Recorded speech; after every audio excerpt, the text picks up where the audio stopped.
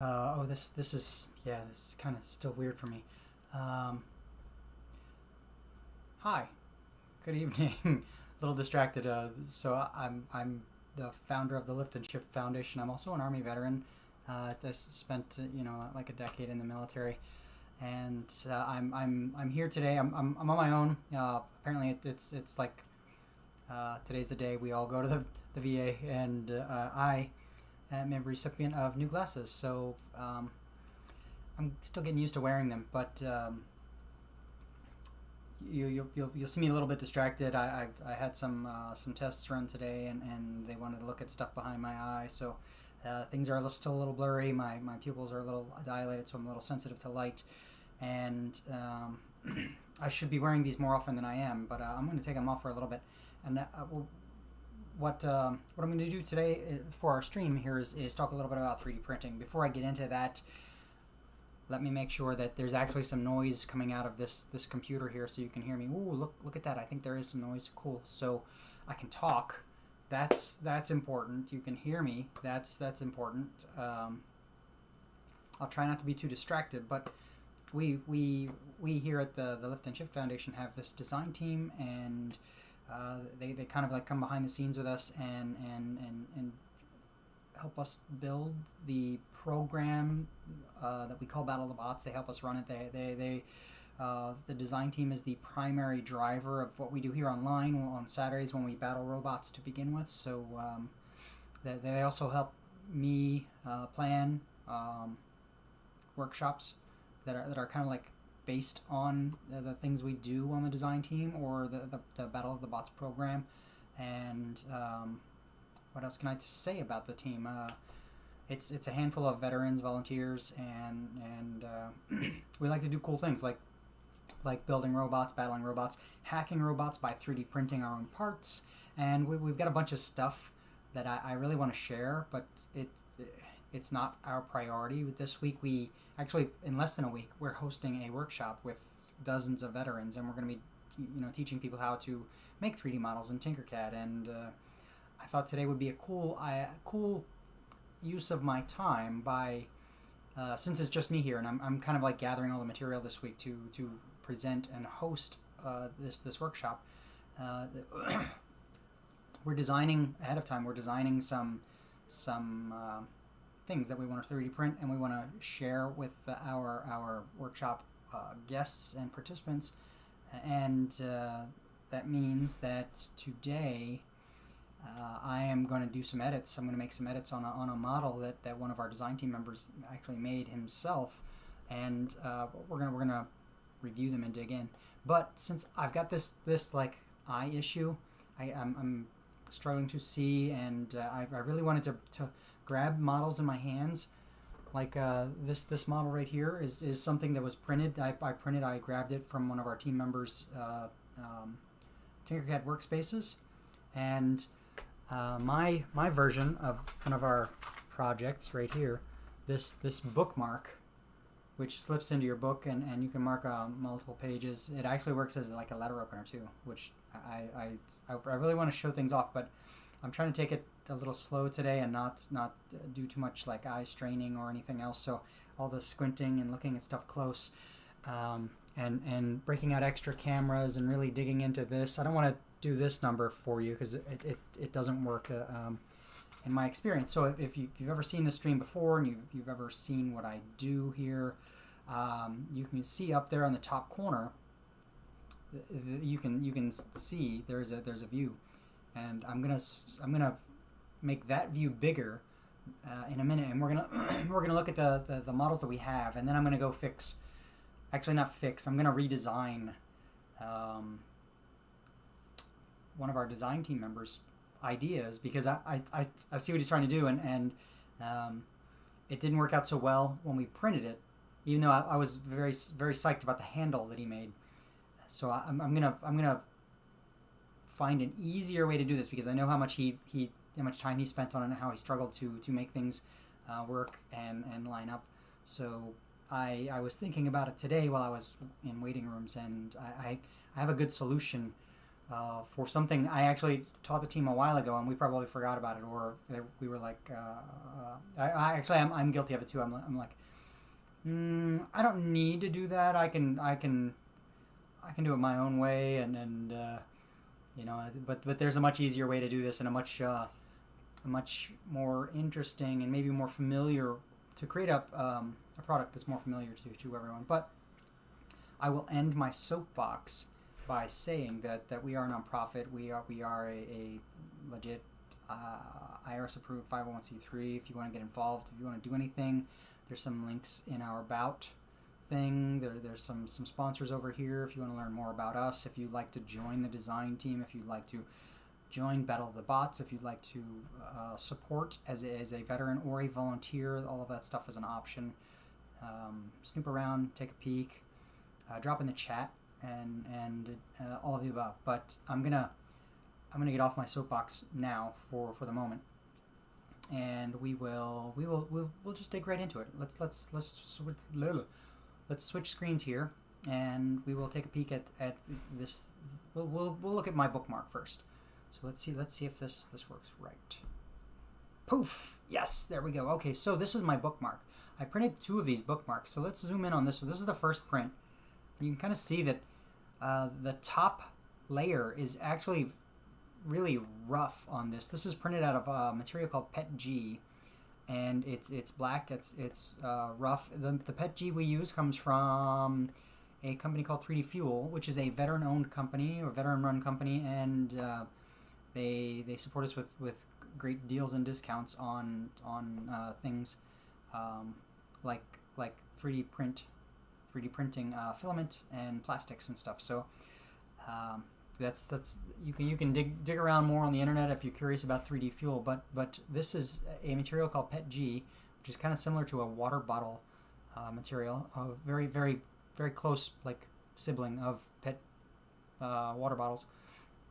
So this is a very very thin bookmark, and if you see me hold it up in my hand, it's actually 1 millimeter thick right here. So you can see it's in my hand. It's 1 millimeter thick. It looks like this, and this is actually not that one. It's the one next to it. But what happened is this part prints on the glass, and it prints very smooth, and you can see the reflection in the light.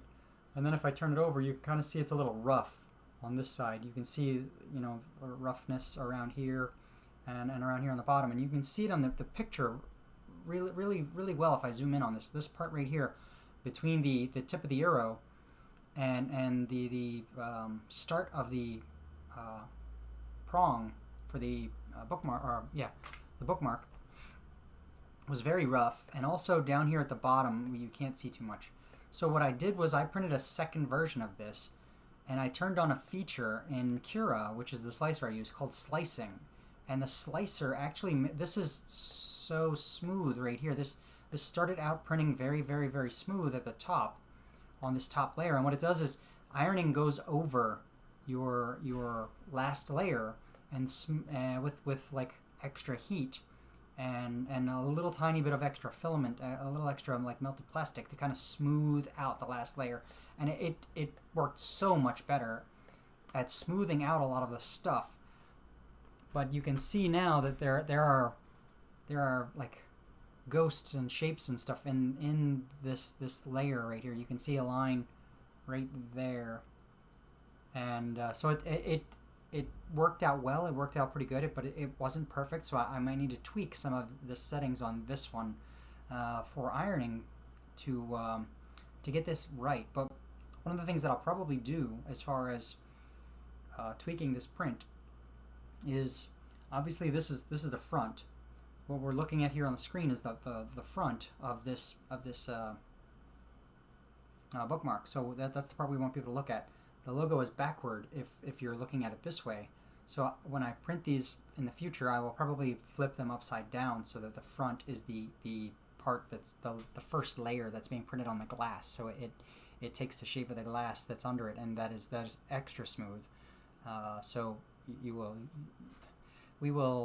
kind of eliminate a little bit of the problem by doing it that way, but there will still be this surface that is better but still could be perfect. And I have only used the ironing feature once, so I don't really know much about the settings that I need to change on my printers. So this might be a good print for me to test those features and learn how to use those myself, because it's such a thin part. If we come back, so this part that we're printing is very thin. It takes, I don't know how long it takes. Hour to print? About an hour to print. I think this thing takes about an hour to print. It uses very little material, and it's very long and it's very flat. So it's a surface, and it's got this little flip up part here. So not only is it long, but it's long and it has a chance to curl up as it's printing, which it did on my very first print. Actually, I can show you that right here. There was a fan blowing on my printer, and my printer is not enclosed when I printed this, so you can see right here it curled up on me for the first print, because it was cooling down so fast that it shrunk up and curled, kind of like a potato chip. Like potato chips dry out when they cook and they kind of curl up. So that's kind of how this worked and kind of how this happened. This was my very first print, and I redesigned this after I saw it in person. But yeah, so that's a little bit about the print that I have here, my print, and I just wanted to kind of share the results of this ironing feature in Cura, because it's kind of cool when if you can get it all tweaked and set and like working right, but it's not like right out of the box, for at least not for any of the Creality printers that I have. I have an Ender 3 Pro and CR10, a couple CR10s. So yeah, it doesn't seem to be right out of the box, at least for PETG on any of the Creality printers that I have. So I have not used the feature, but I want to learn how to use it. So this is my model to do that. The second print here is something I grabbed from one of our design team members, and I'm gonna break into this more in detail right now, because I love this. When I saw this print the first time, I loved it. And one of the things we're making this week is sandwich cutters and cookie cutters for a workshop, and we're using this model, which is actually like a productive thing that you can do. It is molds and stuff for cookie cutters, or sandwich cutters, or any of those things. They will not be FDA approved food safe, but we will be printing them in PETG material, and I will be doing some processing, some post processing to make them a little more food safe for our participants. But we're using the idea, we're using this process of making a sandwich cutter or a cookie cutter to teach people how to use Tinkercad, because Tinkercad's a free workspace and it's something we use all the time here in the stream because it's super cool. So let's look at the model here. Let's look at the model first. Check it out. So this is the model, and if you can see it here, it did not print so well underneath here. You can see it here, and I'm gonna dig into it first. But I really like the handle, and I think there's some improvements we can make to the handle. But let's change this view right here. We'll scroll over a little bit. There you can see more of the. Let's do this. So you can see more of my bookmarks. They look reasonable from this view, so you can't tell much difference from here. And in fact, the one on the left, the one that's smoother, actually has more visual, like ghosts on the surface. And I'm not quite sure which way I'm going to go with the ironing, whether I'm going to crank it up or turn it down to see how that works. But I'll probably look at the settings and see if kind of like a real iron, like a clothes iron. You can turn the heat up or turn the heat down. So I'm gonna experiment with that process, and that might be another workshop or another stream that we talk about ironing, but that's not today. Today we're going to grab a picture and we're going to turn it into a shape in Tinkercad. And I've done this once before, so I'm going to see if we can get it down to like a half-hour process for some very simple shapes. And I'm very excited about this, so we'll give it a try. And here you go. Here's our shape. So one of our design team members started making boy-girl cookie cutter type shapes, and you can see the shape there. It looks like a boy. And I couldn't print the girl because the shape was misaligned in the Tinkercad. The handle was misaligned in Tinkercad, so it wouldn't have printed right. So I had to erase it. But we got the boy shape here, and you can see here's the head of the boy. Here's the body. You can kind of see up here. It doesn't really show up here on the bottom, but you can see it sticking out, or the arms on the boy. And the rest of the body down here under my thumb. So this is how the print looked. And if we take this shot here, you can see the arms. You can see the arms right here in the middle. So what I notice immediately is possibly this boy shape could have been flipped over, could have been flipped upside down so that it was on the bottom. The arms probably would show. The other problem we have here is this the handle did not print. So excuse me. So the handle needed to the plastic needed to string back and forth between these two lumps, and it did not work out so well, or between these two posts, and it did not work out so well. The PETG did not cover that distance without sagging, and it created a problem here. And part of the problem is that the bottom is flat. The lowest surface here is flat, so it's kind of like an overhang. In 3D printing, it's called an overhang. People will use that term, and you'll hear that a lot. But it's called an overhang, and it's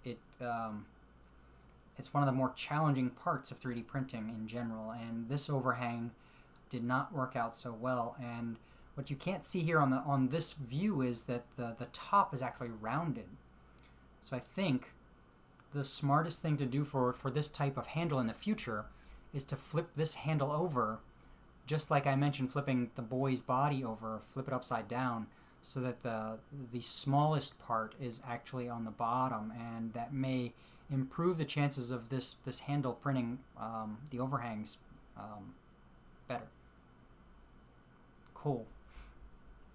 So that was, and I think we got another one here. Yeah, in another version you can see here. You might be able to see a little better the overhang. You can see this like rounded arch up here, right here, and you can see also the plastic kind of like drooping down as it tried to cross from post to post on some of the first parts of that overhang print.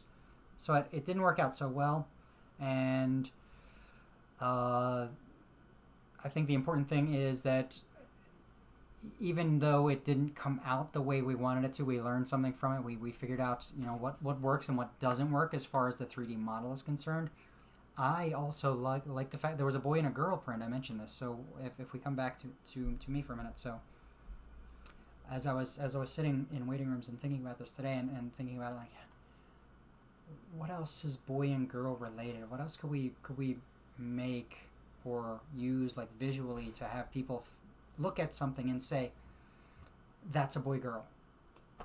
And I was in a VA hospital, and I was in the waiting room. So right next to the waiting room obviously are bathrooms, and as I looked over and saw the restroom sign and saw that it had a slash with a boy and a girl next to it, I looked at those little pictures and I was like, oh my gosh, those are the little things that one of our design team members made. So what I want to do today is we're gonna Google for a random picture of a bathroom sign. We're gonna grab a screenshot of that bathroom sign. We're gonna put it in Inkscape. We're gonna ask Inkscape to create a to trace our picture and create a vector art file from it. So it will be an SVG, which is a vector file format, scalable vector file, or scalable vector graphics is what SVG stands for, and it's not a bunch of pixels in a line, a bunch of like this is blue, this is green, this is that. It's a bunch of dots with vectors. Which, if you've ever done any, like I don't want to go into math, but I believe it was linear algebra where vector is basically gosh, I'm gonna butcher the technical term here. I think I might have butchered it when I picked linear algebra as the course, but vectors have distance or direction and magnitude. So it's a point, but it's a point that it's a line. Basically, a vector is a line, but it is formed by a point with direction and magnitude. I think I explained that right. It's been a while since I had to like formally define something like that. So, yeah. But a scalable vector graphic is just a bunch of points on a screen or a file or a canvas, and they all have a direction and a magnitude. So they're pointing off in a direction at a certain like emphasis.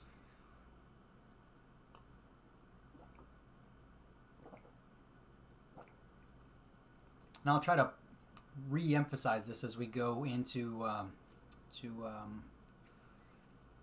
Tinkercad and some of these other things. So we will see how that works out. But let's try this out. I have not tried this in a stream yet, but let's do something challenging here. Let's try to do a screen grab from my browser while I'm sharing the browser on Twitch, and we will see if this actually works out. So let's change views here, and I will open an incognito browser, pull it off to the side, do some searching.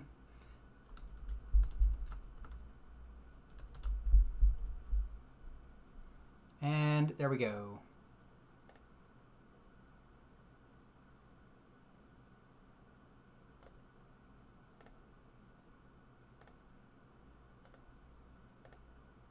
Bathroom sign is the thing I searched for. You can see these images right here, and automatically you're kind of going to get an idea of what I'm looking for.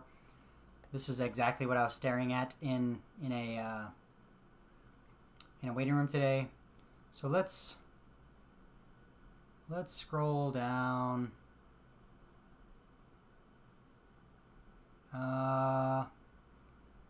I think we don't want to take anybody's things, so let's look for a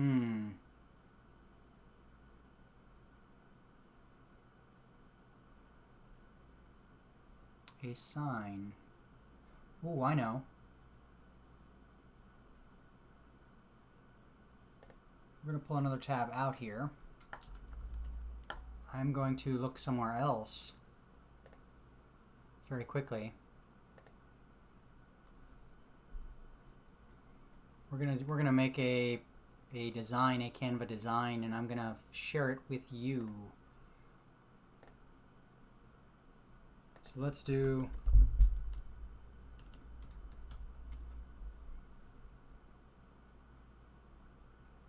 elements.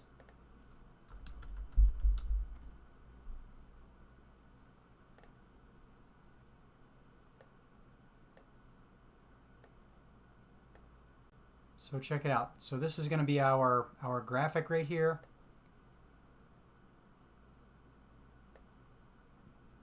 Excuse me very much. In fact, we will make two of these. Ready for this? We're going to do that. We're going to put that here, right in the center. And we are going to duplicate this. We're going to double click it and pull the guide to the side.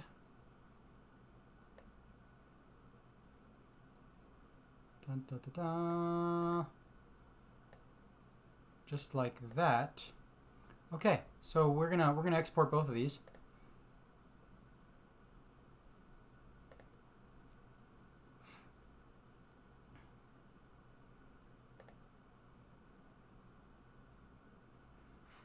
Oh, I did exactly what I did not want to do. Okay. So let's call this.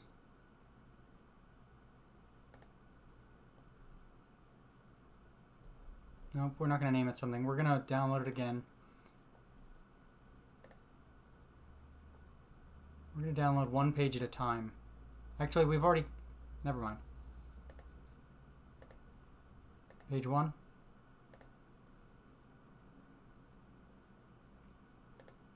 And page 2.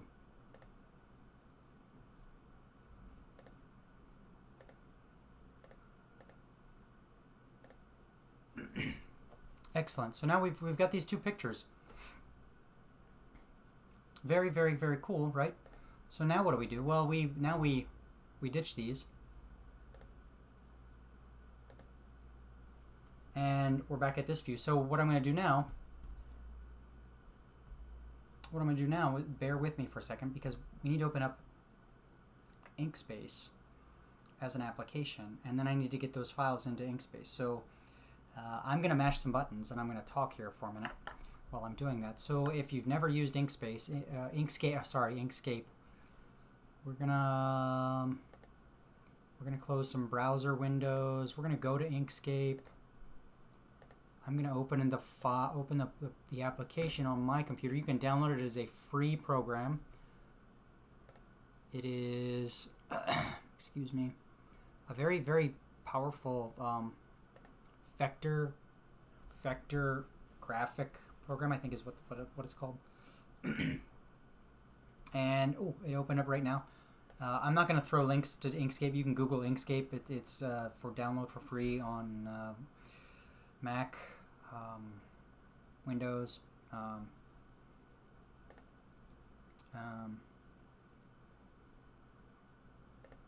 going to browse. Oh, it's open right now. I'm going to browse for files. We're going to go to downloads. Why would downloads not be right on top? Okay, there we go.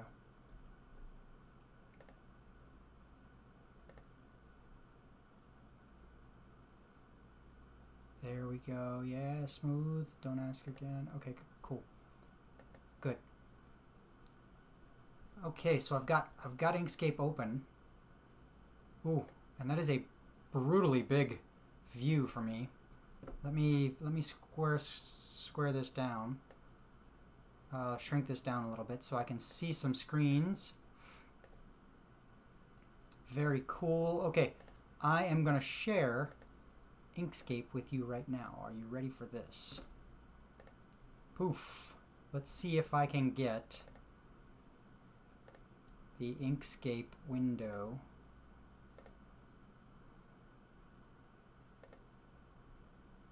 And there it is. We have Inkscape. We have Inkscape. Very, very, very cool. Okay, so this image, if you notice, I'm going to run into some problems here because the head is detached from the body. So that right now tells me that I'm going to have a problem printing. But what I did was I opened this file. I open file right here, and Inkscape gave me some options. It said do some stuff, import. What I'm going to do is I'm going to look for trace bitmap. So we're going to trace this bitmap, and we're going to use the threshold here, and we're going to cut off. We see a preview, update preview. Ooh. Are we going to use brightness cutoff? Edge detection. Let's update preview. I don't see a preview at the bottom. Oh, because I did. Oh, the one thing we have to do is we have to select the entire image. There we go. So we did edge detection down here at the bottom. The very bottom, you can see the preview of the image. We don't want to do edge detection right there. So we want to do brightness cutoff. There we go. So if you see the bottom, as we change some settings over here, auto trace. There we go. So we're getting good shapes right now. This is a very good shape. So we just applied this, and now we have a shape. We have this vector shape now. So if I click on this, I can edit this. So let's turn off the image. We'll turn off the image, and we have the path. So I want to edit the path so I can show you this. Let's see if my select all nodes, show all nodes, object, edit. I want to edit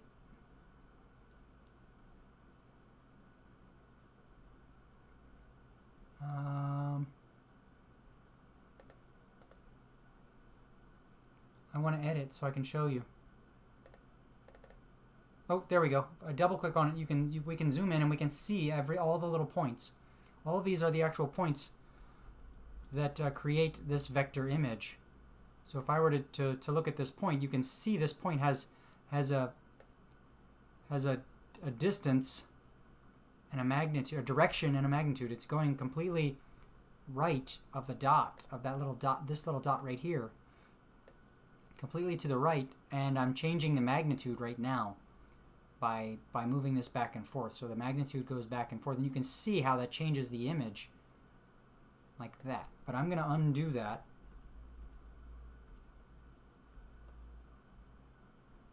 Ooh, okay, so we're going to go back to here. We're going to get rid of the image that I've traced. We're going to zoom out.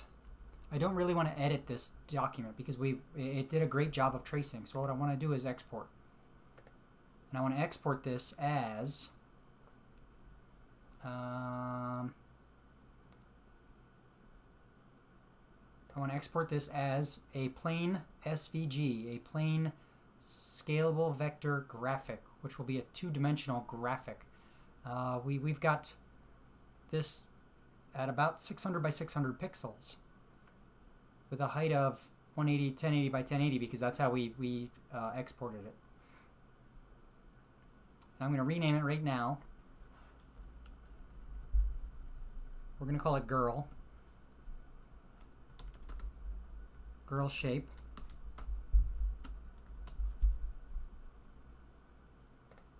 Export. I just mashed export. I'm going to take a peek. You can't see this, but I'm going to take a peek.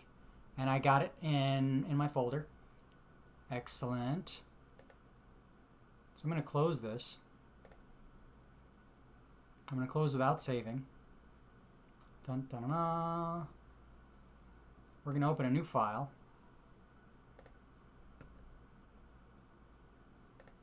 We're going to grab the boy shape. Here we go, boy shape right there. Poof. Excellent. This is super easy so far, right? Yes. Okay, so we're going to select the shape. Right? So you can see the dotted line around here now, which was the mistake I made earlier. Trace bitmap is already on right here. I could turn it off with the button, but it's already on. So you can see my trace bitmap already there. I could do the brightness cutoff as a detection mode. I can do the auto trace. I can try the center line tracing, which doesn't change much, but I'm going to do the auto trace. I'm going to leave it on auto trace for now, and we get this version down here. So I'm going to apply. There we go. So now you can see all the little dots that showed up because we've actually tried this. Now I'm going to check out the layers. We're going to turn off the view of the actual picture, and all we have now are the dots, the actual dots that make this thing up. So I'm going to export the dots as an Inkscape SVG right here. You can see it's an Inkscape SVG. I'm going to rename the SVG file. Boy shape is what I'm going to call it. Boy shape, and I'm going to export that super fast. Dun dun dun. We are done. Okay, cool. That is actually really cool, right? Okay, I'm glad nobody agrees with me. Super. So I'm going to close this up. I'm going to wrap this up. I'm going to close this application. I am done with it. So that's my Inkscape tutorial on tracing bitmaps. It's super quick, super easy. I did not get into too much detail. You can do colors, you can do all kinds of other stuff. You can edit it. We edited some very complex shapes as a design team to create a really a much more challenging cookie cutter recently. So this was super simple. So now we've got this scalable vector graphic file, and that is what we can import into Tinkercad, to Fusion 360, to Onshape, to SolidWorks, to any kind of like CAD program where you can model shapes. So let's do that now. Let's give that a try. Oh, I mashed some buttons the wrong way. So what I'm going to do now is I'm going to open up Tinkercad. And in fact, I'm going to open up the cookie cutter shapes that we were using, that I shared with you. Yeah, and we're going to go there. We're going to do that. Oh no, it's not loading. Is it struggling?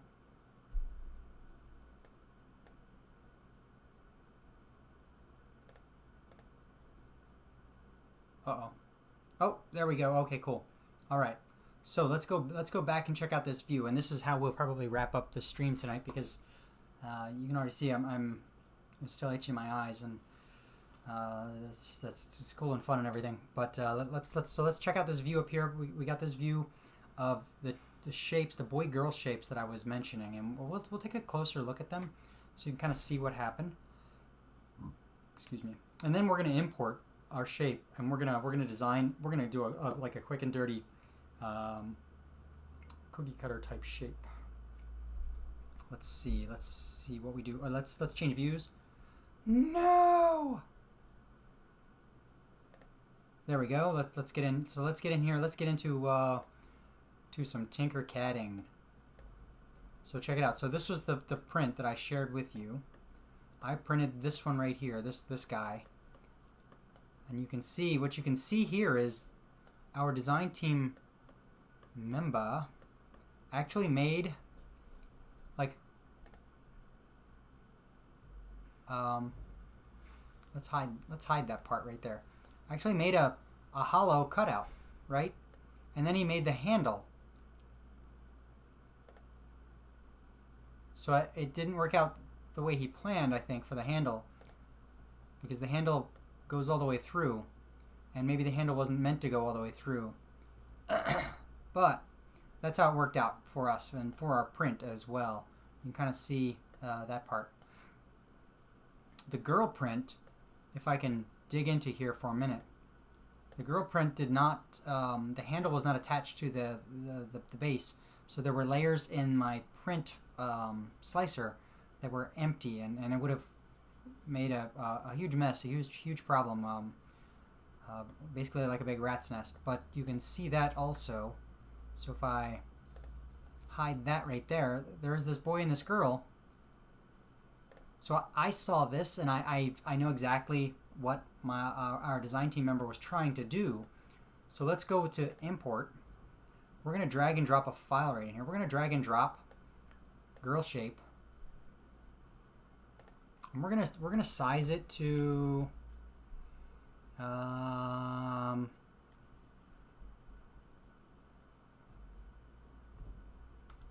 100 millimeters, and it's importing. There it goes. It's right there. There's our girl shape sitting right next to our boy shape. And because we're doing this, let's import the other one.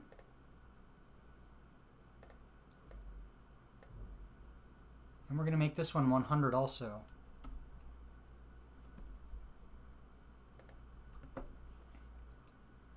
Importing, and there we go. Second shape. Very odd that Tinkercad chose those colors for the boys and girls. And I'm not mad. I'm not angry at all. I think it's very, very interesting because Tinkercad doesn't know what those shapes are, so it didn't really have a good idea on how to do that. Let me shrink this part down a little bit. Oh, it is shrunk down. Okay, cool. So we've got these cookie cutter type shapes. Check this out. Because we have this shape and we imported it, we can do this thing called fill mode, where we can pick the silhouette of the shape, which does the whole shape of it, we can choose the outer line like that. Or we can choose the inner line like that.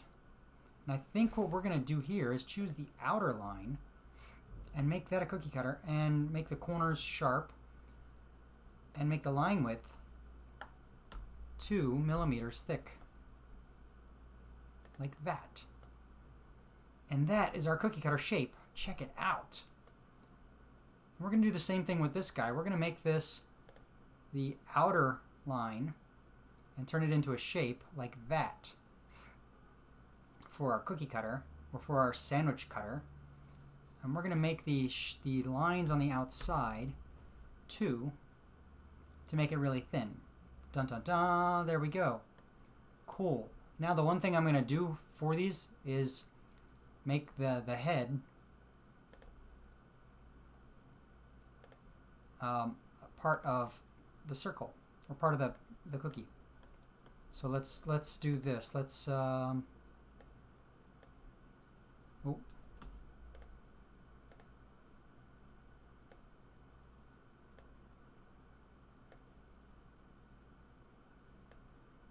Let's shrink that in like that.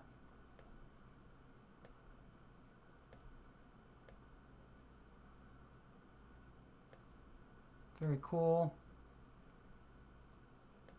Okay, let's try to join those right there. Yes, there we go. Oh, but let's undo that. Let's undo that, because this is crazy, and I'm not going to do the same thing on that one. So we're going to duplicate here. We're going to drag this one over.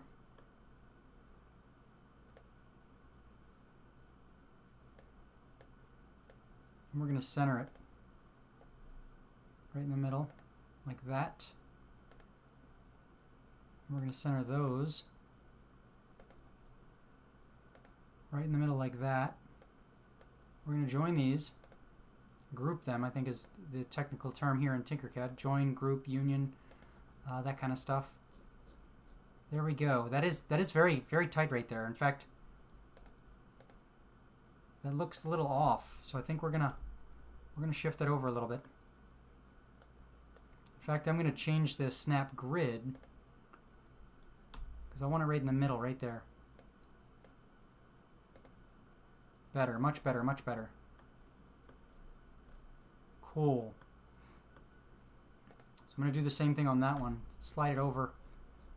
Let's take a peek here at the middle. That looks so close to the middle. Let's do it. Dun dun dun. There we go. So now we've got this boy and this girl shape. They're supposed to be cookie cutters, which means they kind of need a handle, right? So they need an outside handle. They need an outside edge. So what we're gonna do now is first we're gonna make these deep. Let's see how deep these are, because they're cookie cutters. They're 10 millimeters. And if you are back on my screen, if you look up here on my screen, 10 millimeters on this grid, 10 millimeters makes a cookie cutter or a sandwich cutter about that big. That's roughly about 3/8 of an inch, not even a half inch. A half inch would be about 13 millimeters, like that. So I think what we're going to do is we're going to make this a 20 millimeter thing, which makes it almost a full inch tall. So we're going to go with 20 millimeters for a height. And if you caught the screen there, that was super. That was exactly what I intended to have happen. But let's put this up to 20, like that. 20 like that. And what we're going to do now is I'm going to duplicate this shape, and I'm going to drop it down to 2 millimeters. And we're going to slide it aside a little bit. What I'm going to do is I'm going to scale it up a tiny bit. I'm going to hold down Shift, scale it so that it is slightly bigger. Actually, we're going to undo that. We're gonna scale. Let's zoom in on this, because what we want to do is we want to scale it so that it sticks out, so that there's a handle on the outside edge. So we pull that out a little bit. We will pull this out a little bit, like that. Let's take a peek inside. Ooh, you can see it's kind of sticking out right there. So let's do that. Okay, so it seems to be aligned very well on the inside that way. So let's do that one more time. Oh, wait. Seems to be, you can see just a tiny bit through that bottom edge right there. Yep. So let's scale this part up. One more, like that. And let's align this way. Okay, so now we've got that part sticking out. So let's grab it again. Try it again. Duplicate that one. And drag it out just a little bit more. 2 millimeters that way. Now let's align all of these like that. Too much.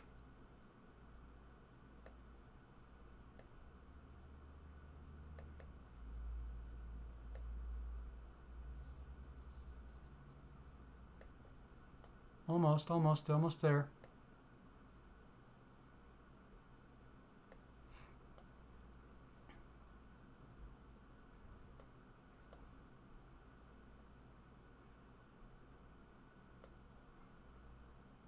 Okay, so let's try to combine this now and see what we get.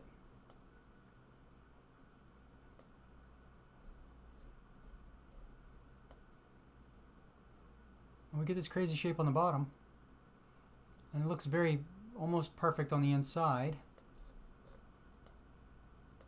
Cool. Very cool.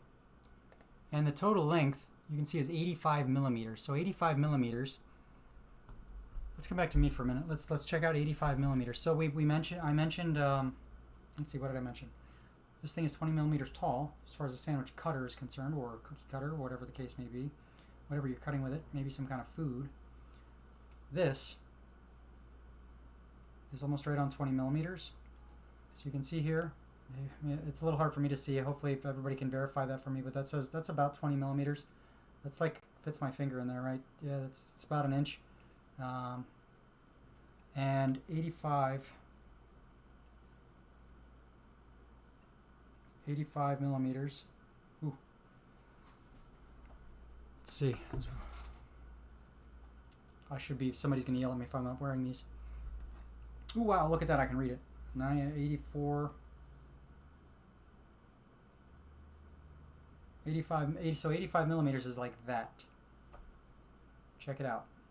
I can't see the screen, so you'll have to bear with me on that. 85 millimeters is like that. That's like the size of a slice of bread, right? So that works well. That works out pretty good. So we could cut like figures out of the handles, or out of this cookie cutter at about 85 millimeters. So the inside is about 80 millimeters if we were going to do that correctly. And the inside is what we're going to actually cut. So this is right here, about 80 millimeters. Not much of a big difference. Still will cut your sandwich. Still will cut the crust off your sandwich. Very cool, right? Yeah. All right, cool. So let's do the same thing really quick with the boy shape before we decide to check out here. Oh wow, I am up to we've been at this almost an hour, right? Yeah, okay, cool. All right, so this is, let's go back to our Tinkercad here. This is 20 millimeters, so it's the same height that we need. And so we're gonna duplicate this part. Let's change change its color real quick. I want to see how this works out if we change its color. There we go, yes. So let's make this one 2 millimeters tall. So now we can kind of see what we're doing with it. We can see that it is there. Let's drag it down 1 millimeter. So we'll make it 8031.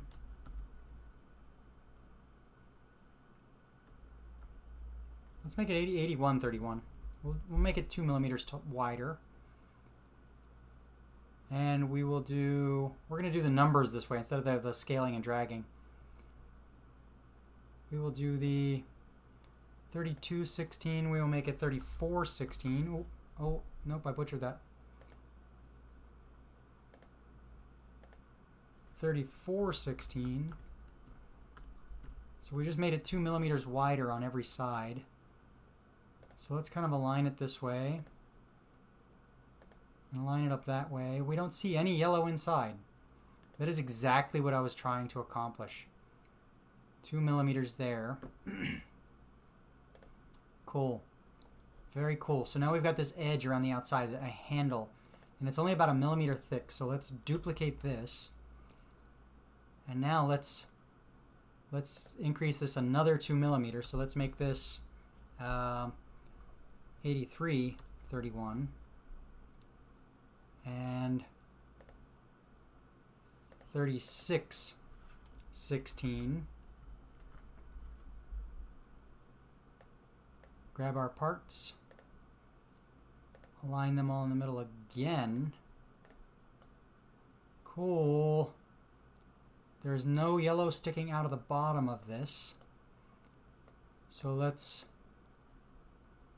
make this one even bigger. Let's grab the sides here. 83, so we'll go 84 and 37. Yes, there we go. There we go. Yeah. So some scaling and some joining. Now, oh, this one looks so much better. So this worked better using the numbers instead of the scaling part. And now we've got this cookie cutter type edge with a top on it that we can use. Super cool, right? I dig it. So this one looked a little butchered, so let's do that as on this one as well. So we've got all these extra parts here. Let's pull this part away first. We want this to be 2 millimeters tall. We want this part to be 2 millimeters tall also. That happened because I scaled it. So let's put these back. And let's change the colors on these bottom parts so we can see what's sticking out on the bottom.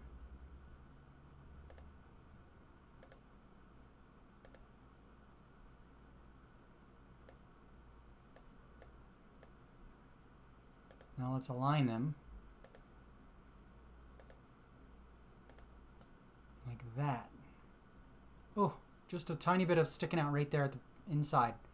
You can see inside right there, it's just a little bit of sticking out. So I think what we want to do is maybe, yeah, there it is. You can see it on the neck right there. Sticking out just a tiny, tiny bit. So let's do that. Let's keep with the underneath view because this one seems to be more challenging. Let us change our snap grid to 0.25. Let's grab that one. Bring it down. Let's see if we can grab the other one. There we go.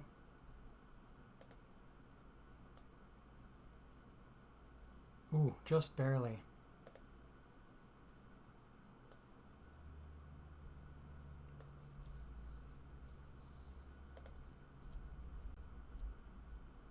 All the way down, just like that. Cool. And we've got some shapes here. Oh.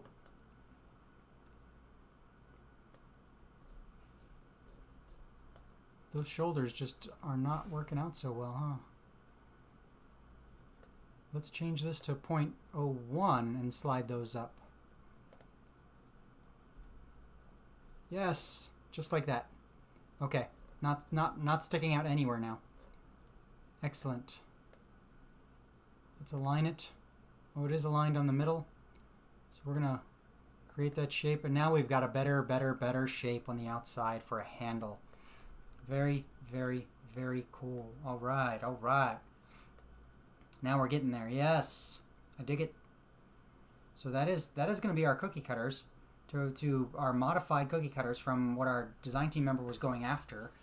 These are a little more appropriately sized for cookies and or sandwiches at this point.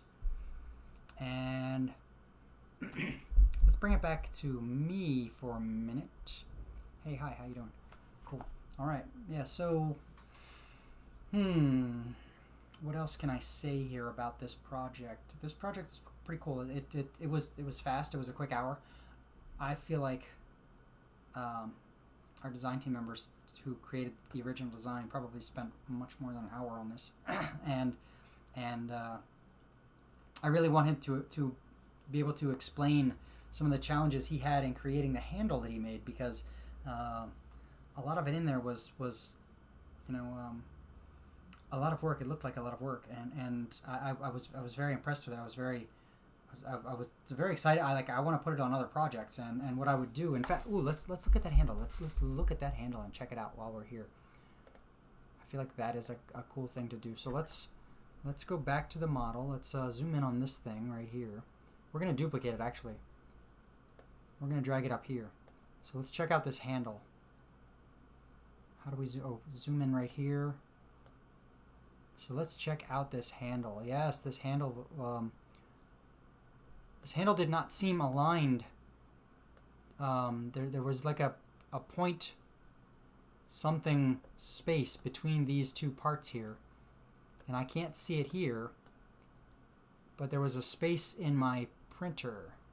So the first thing I notice is the hands don't actually show on the print, on the bottom of the print. But what I got out of the print was actually this part right here, and the handle looks like this, and some other shape generators. So let's find a shape generator. This one right here, the hyperbola, hyperbola. It's a hyperbola. The math function hyperbola. If you've ever done that in school, there it is. So those are all the numbers. You can actually make the equation, and all that stuff, and we can make it smooth, and we can make it flat like that, and shrink it down some, and the same with this. We can pull this aside. So what I would do here on this particular print is I would probably,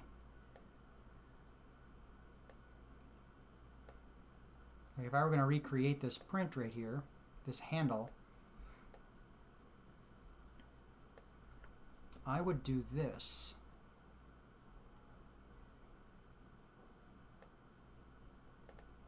I would flip this upside down, because my printer will have a problem. If we just lift this up, the printer doesn't like this bottom face right here. This bottom flat face right there, it doesn't like that. So if we lift this up like that, and let's do some quick alignment. So we think we have the shape we want. Yeah, I mean, that works. That looks pretty close to the handle that's over here. So these shapes look pretty close. But my printer, and probably everybody else's printer on the planet, probably has a problem printing this flat shape on the bottom of the blue half circle, or half cylinder. So what we can do to make this print better is rotate this upside down 180 degrees like that, and drop it further down into this part like that. Yes. Now of course we would shrink this down just a tiny bit like that.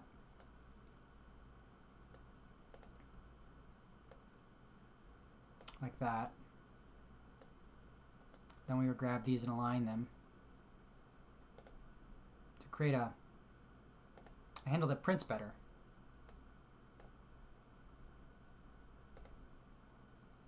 Just like that.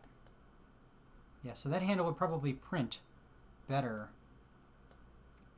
than the other handle. And of course, I would spend a little more time on the handle, on this handle, making these hyperboloids match and be aligned the same way. What I would probably do is actually what I would do is I would delete this one, I would duplicate this one, I would move it over 2 millimeters at a time like that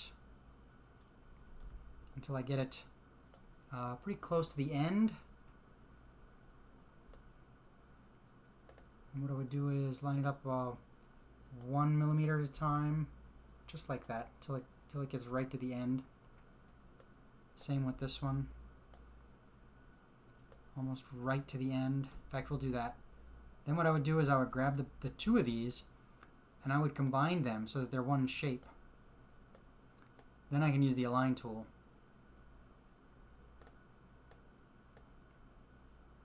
Like this, to align the handles on both ends. Then I would group this shape like that. And I would have a handle that prints better for me.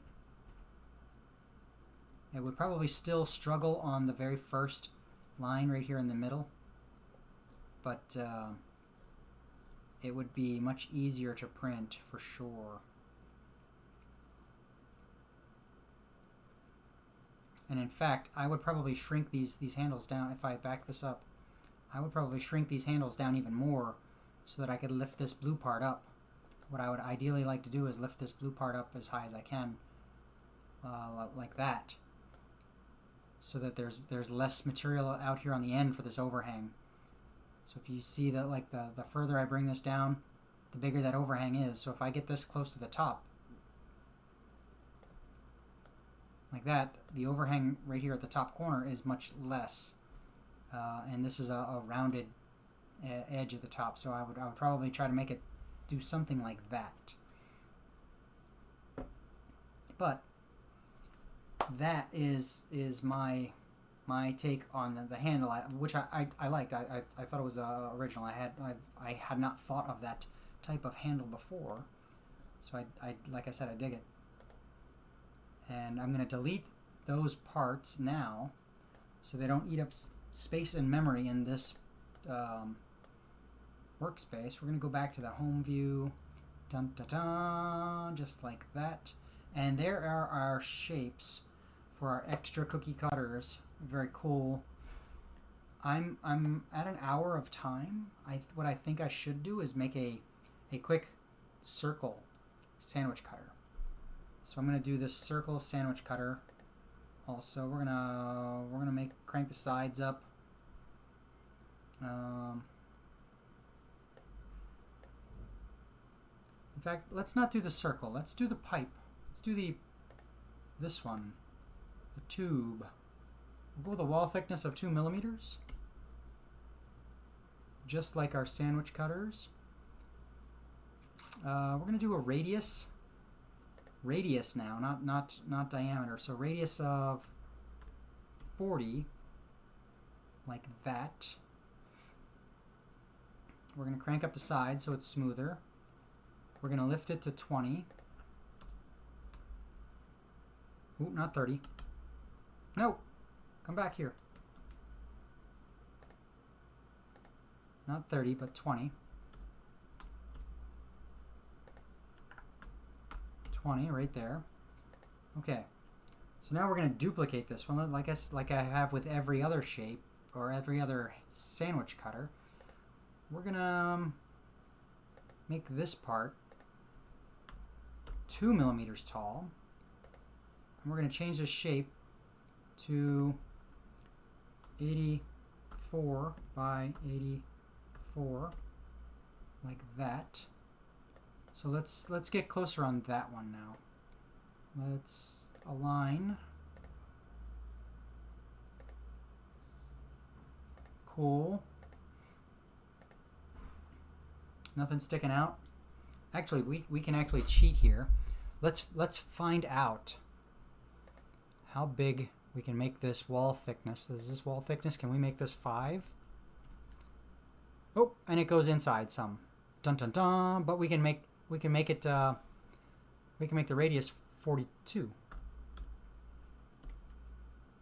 There we go. Our circle sandwich cutter is done.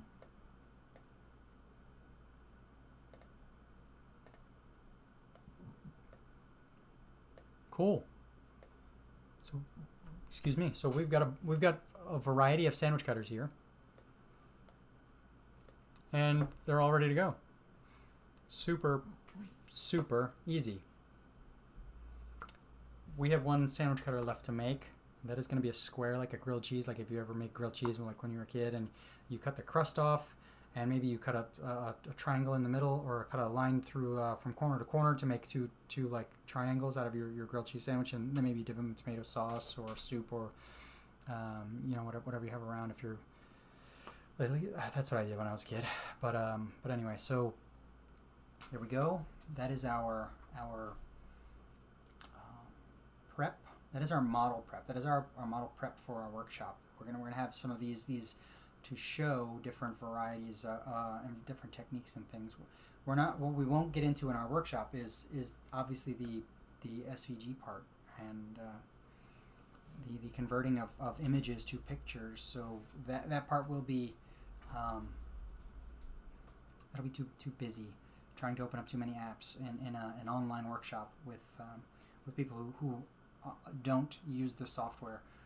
We'll definitely go over our time limit as far as being able to help people install a program like Inkscape, get everything set up, find the images, get them into Inkscape, get them out of Inkscape, and then get them into Tinkercad is much more than the time we have allotted for us.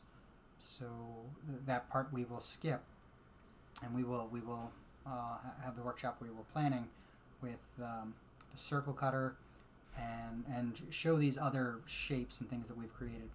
But I think I'm going to wrap this up now. I'm going to get things off of here.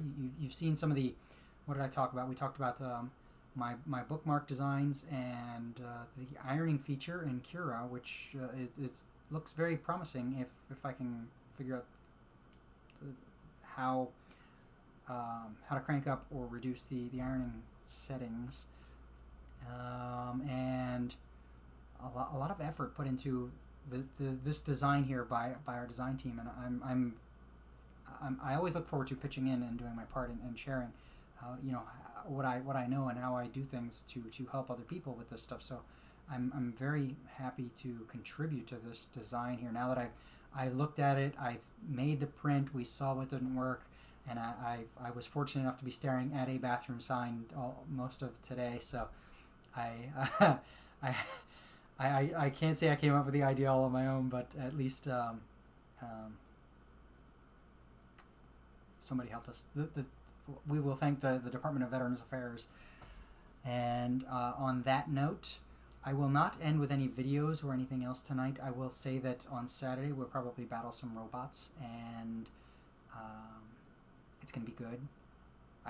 We got some plans and things, and after our workshop next week, we'll be doing a lot of printing, 3D printing and things. So while the printers are running, we may work on some robots and things. But just to end the stream on a good note, thank you to our design team. Thank you to people like Masterclass, Wounded Warrior Project, and all of that other stuff. As the founder of the nonprofit, I am very grateful for everyone who pitches in, everyone who does stuff. From the veterans to the volunteers to everybody, who thinks that this is a good idea. I appreciate it, and very happy to be a member of the design team and contribute, in ways that I can, on top of, aside from paperwork from a nonprofit perspective. But that's about it. We will see stream people Saturday, I think, and I'm gonna wear my glasses for the rest of the night. Now that I'll be reading and doing other things up close. So, good night. I should learn how to do this, right? I should learn how to keep the glasses in my teeth. I feel like that's very like Iron Man. No? Okay. Alright, or maybe Professor Hulk. I'm not that big. But anyway, distractions aside, I'm just stalling because I didn't want to end the stream. But I'm done. I'm checked out. No